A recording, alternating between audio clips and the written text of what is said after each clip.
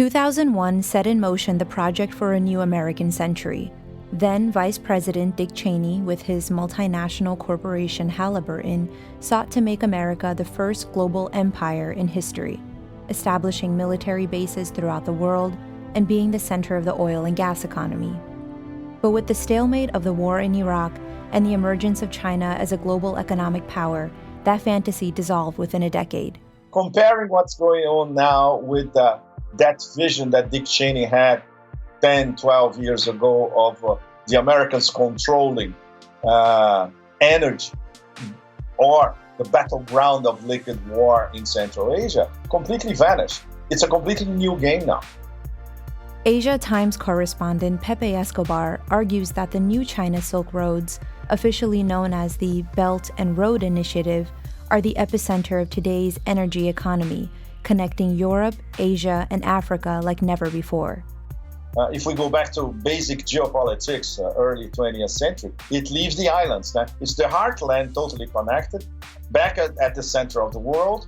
And the fact that the United States is a huge island over there to the west of all this action is what's irking the American establishment, in fact. TRNN executive producer Eddie Conway points to the fall of the colonial empires throughout world history. Old empires die, new empires rise. 100 years ago, the sun didn't set on the British Empire. A couple hundred years before that, the sun didn't set on the Spanish Empire. After that, the Americans have came, and at this point, the sun is getting ready to set on the American empire. And the West still has not understood the scope, the ambition, and the fact that this is not a war strategy. It's not conquest of territory. It's basically a trade strategy. There are 3 essential steps that China has taken to become a global economic power. The first was in 1992, when Deng Xiaoping visited various provinces, opening up the global market to China. The second was the Hong Kong handover to China from British colonial rule in 1997. And the third was when China joined the World Trade Organization in 2001. But it's still too soon to tell if China will replicate the West in their way of building and maintaining an empire. They have raised 500 million people, talking 500 million people out of poverty. No other nation and no other empire has ever done that. In terms of a trade, sociological, anthropological, philosophical roller coaster, is absolutely unheard of. The other side of that is the U.S. have exploited nations and territories in such a way that it has not changed the relationship of poverty among the population. We cannot analyze China in terms of being a socialism with Chinese characteristics, which is the official version in Beijing. The Chinese system is in fact a neoliberalism with Chinese characteristics. All of this is happening in the midst of global warming. China's New Silk Road includes a transport route through the Arctic called the Polar Silk Road. A Chinese shipping executive told the Wall Street Journal that China plans to move container ships through the Northern Sea route as warming temperatures melt the ice, making it easier to navigate. Pepe Escobar refers to China's trade initiative as a liquid war. This process now, in terms of liquid war, we can more or less say that it metastasized into the expansion of the New Silk Road, which goes through pipelines as well. It's about fiber optics, it's about ports, it's about high-speed rail, and it's about pipelines as well, especially from Russia to China, and in the future from Turkmenistan to more gas from Turkmenistan to East Asia, supply from Iran to different Asian clients as well. Journalist Eddie Conway disagrees that oil will be at the center of the emerging conflicts in the world in the coming decades.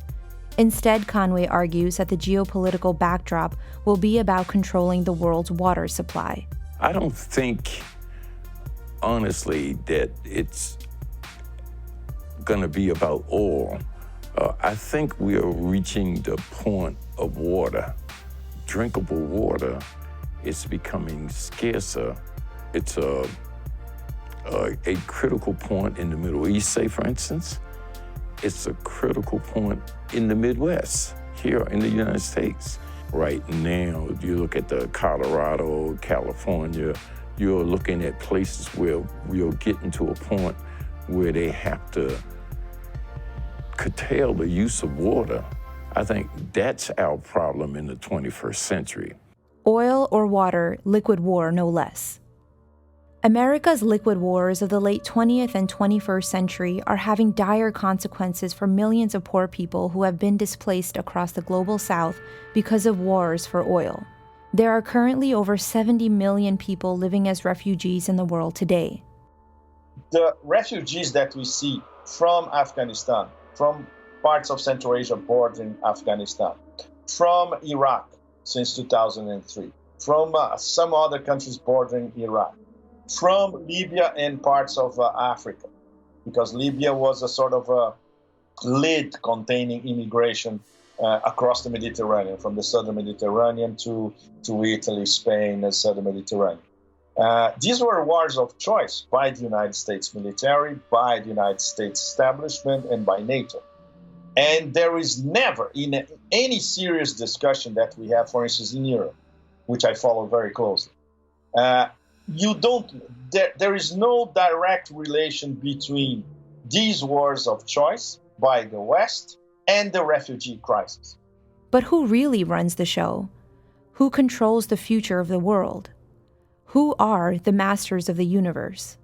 Basically, finance capitalism is controlled by an extremely small, it's not even it's a cartel of banks, insurance companies, a few multinational companies, of course, and investment banks. In the middle, we will find the inevitable actors such as BlackRock, or State Street, Vanguard, Prudential, and these companies that have stakes in all the major American banks and most of the major European banks as well. It's all interconnected, of course.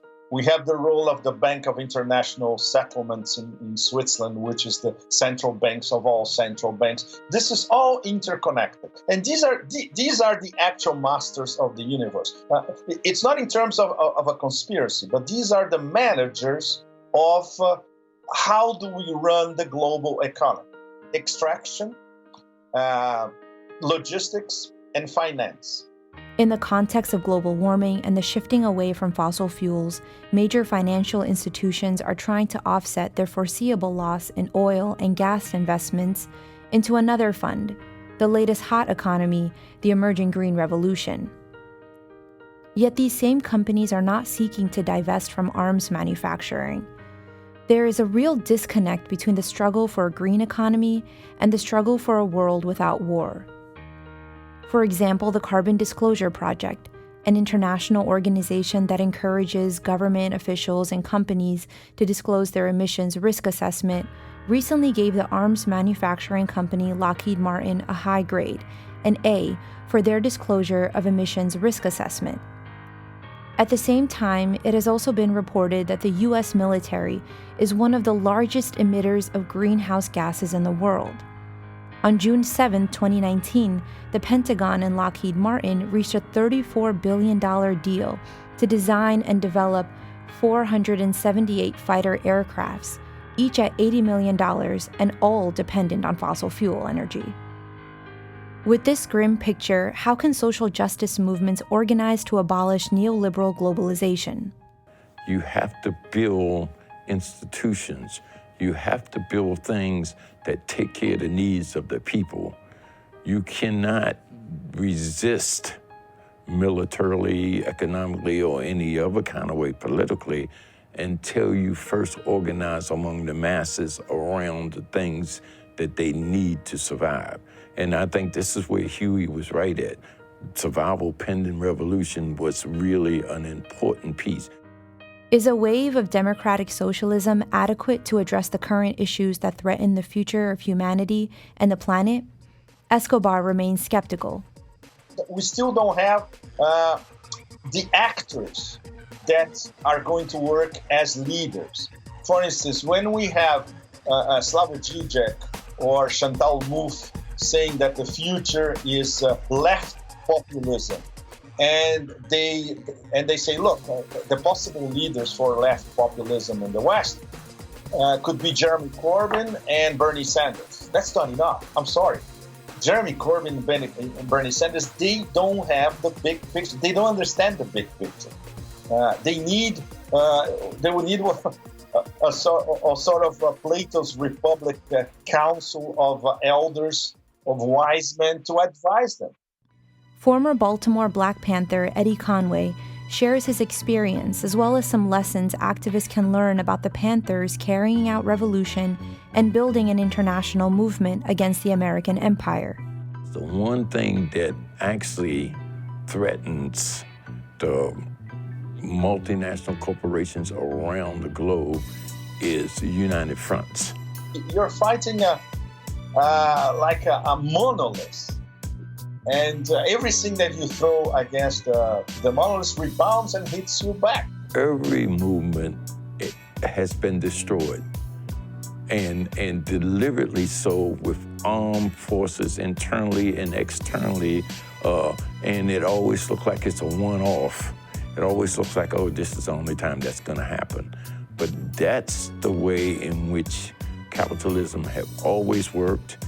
To break these interconnections between the process of the operations, as they call it, in fact, of capitalist extraction, the supply chains all over the world, which we call globalization, in fact, and how finance capitalism weaves its power inside the network, inside the matrix. In fact, nothing will ever change, and that's why any green movement or grassroots movement or something like the Gilets jaunes, yellow vests here in France, if you don't go after this interconnection, there's nothing that can be achieved in practice, unfortunately. So if people come together and start working together, they create people co-ops, they create support systems and networks,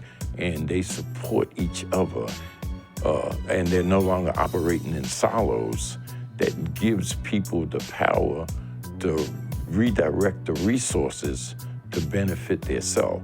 The emergence of China as a global economic power signifies the United States' last hold on the world stage.